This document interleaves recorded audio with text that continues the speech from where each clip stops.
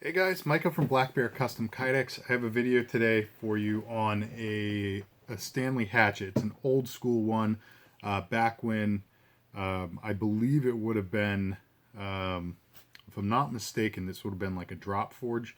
So you can kind of see like the rough around the edges. This was back before we had the technology and the finishing techniques that we have now.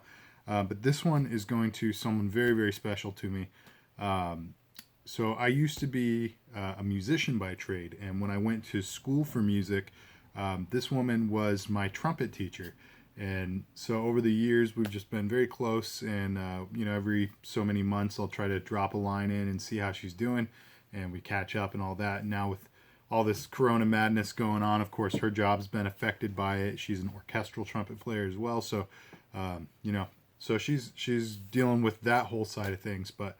Anyway, we got talking. I told her about the Kydex business, and she asked if I could make her a hatchet sheath. So I went and got the hatchet from her, and I've done this sheath for her. So I just can't stress enough how important this lady is. She's an amazing human being, and it would really be an understatement to say that I care about her and love her.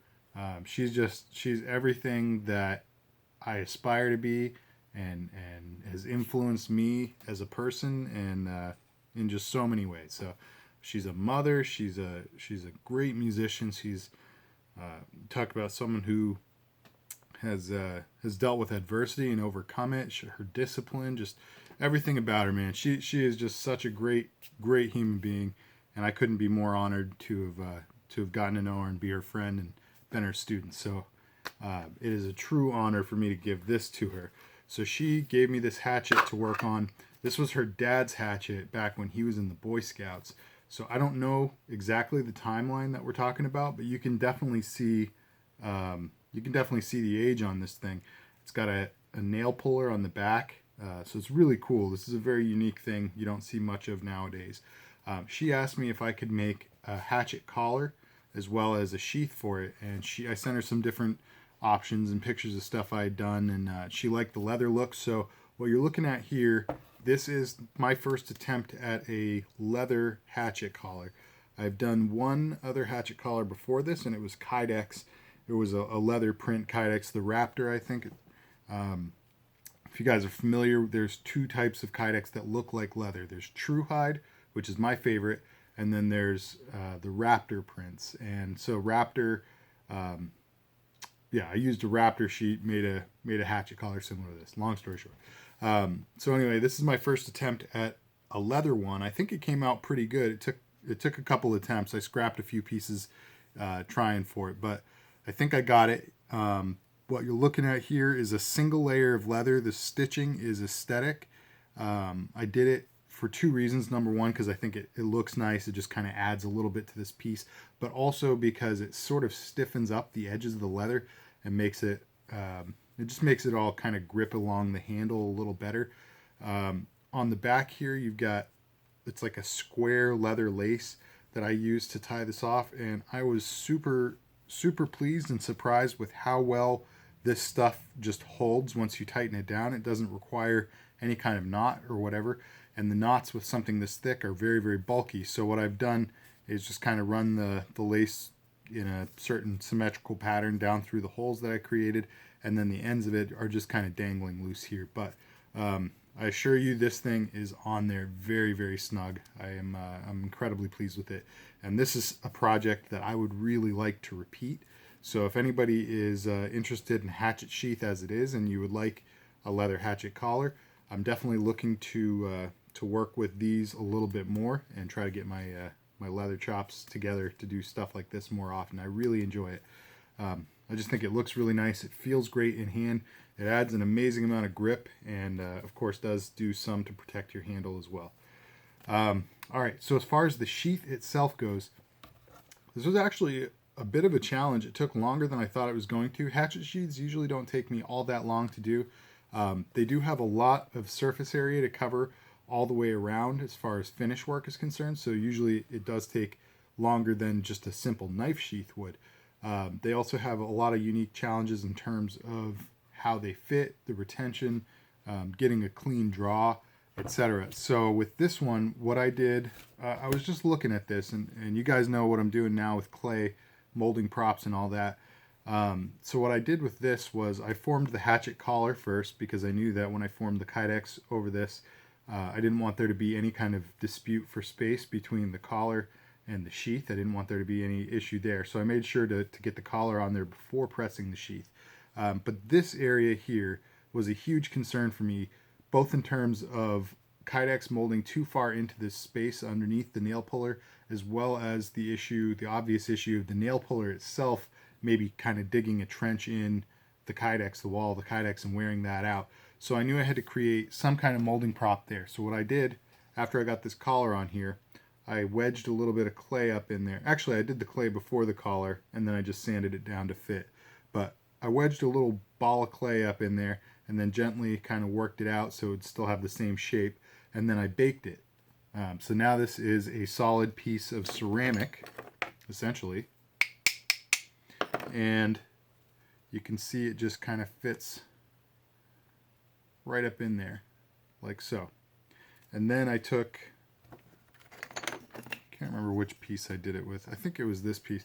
This is just another little molding prop shop tool, piece of craft wood I keep around. It comes in handy all the time for random stuff. And I taped it to the back, centered just like that. So that's what helped to create a really clean draw profile on this. You can see underneath that nail puller where there is a divot, but it doesn't just go in and kind of cave in. So it worked out really nicely. This is a little bit tricky as far as putting in and pulling out of the sheath. You can't do it any which way you want to. You kind of have to base everything on the butt of this axe head. So what I'm doing is I'm kind of going in at this angle, and I'm making sure that the butt of the hatchet is height-wise where it needs to be. A lot of the issue comes from the fact that the front of this blade is actually quite a bit higher than the ears and the nail puller and hammer. So you kind of just have to get it in there and then force it into place. It does have very good retention. It doesn't tend to rattle around. It doesn't want to move much. The head of this is a little bit loose on the handle. You can see the handle is moving, but the sheath is not. So I think that might need to be tightened. I would have done it, but I'm not 100% confident what the cause was, and I definitely don't want to mess with this. So I would recommend she take it to someone who works on this kind of tool. I'm sure they could get her straightened out with this. But all right, so there we go. There's the resheathing. And then as far as drawing it is concerned, you have options. You can just grip the paracord handle and kind of rotate it off this way. What I like to do, so that it doesn't feel like I'm potentially damaging the sheath, I like to either put my thumb up under that nail remover or just behind it. There's plenty of lip there if you want to try to grab it, and it just kind of, it loosens up the sheath on it. Most of the retention is coming right from this back corner here, so if you loosen that retention, it just kind of wants to slide off, and then you can really easily just rotate that sheath off the same direction. So watch it going back in. Oops, I screwed it up. You got to tilt the blade downward a little bit and then kind of rotate it into place. But it's really nice. It works well. As far as colors, you are looking at, so I know the sheath and the collar came out just slightly different colors. They are from the exact same piece of leather, same cow, and the leather dye that I used as well as the waterproofing material were identical as well. I think the reason this is a slightly darker tone maybe is because I probably did one more pass with it with the wool dauber and the dye. So I probably saturated it just slightly more than I did on the collar. But they are both walnut brown. And then what I use for waterproofing, the stuff is amazing. Mink oil paste. It's not very expensive. This jar of it, I have done, I mean, dozens and dozens of leather projects now, and I'm still on, I mean, I might be about halfway through this jar. It's lasted well over a year, so I'm very, very satisfied with this. Now, when you want to, if you have a piece of leather and you need to restore it, you definitely have options. There's a lot of different products out there that do leather restoration, or just, you know, re-proofing it to make sure it stays weather resistant. And I personally would recommend mink oil paste or neat's foot oil. Paste is much easier to use, and all it requires, I'll do a quick demo for you here. You literally just dab your finger on it. You don't need much at all, and you just kind of work it into the surface. You can see the luster, that shine. It looks really nice. You just want to do a nice thin layer, just basic thin layer. I'm actually not sure on mink oil whether or not you want to wear gloves or anything. It might actually be slightly toxic. I have no idea. So please don't take my demonstration as advice for whether or not you should be wearing gloves. Probably the safe answer is just wear gloves. Usually I do wear gloves. I didn't plan on showing this. So, all right, so you can see that. And as it sits, it will soak into the leather naturally. If you want to speed up the process a little bit, you can use a hair dryer. Just make sure you get the dryer a good distance away. It only takes a minor amount of heat. I would say like 65 to 70 degrees is the melting point for mink oil paste, or at least a good softening point. It's very naturally soft at room temperature. So something like that, and it will pretty much soak in. And then once it's soaked in, just take a cloth of any kind. I use an old t-shirt a lot of the times, and just gently buff it. If you need to do multiple layers, if you feel like the leather is drinking it in really quickly, then do your thing. Do the layer application first. When it looks dry, put a little more on. When it looks dry, put a little more on, etc., until you think that it's no longer taking in the paste, and then wait for it to dry off and buff it with a clean rag. So anyway, if you do something like that I would say every 6 months or so, you'd be all set. The leather will last years and years. So,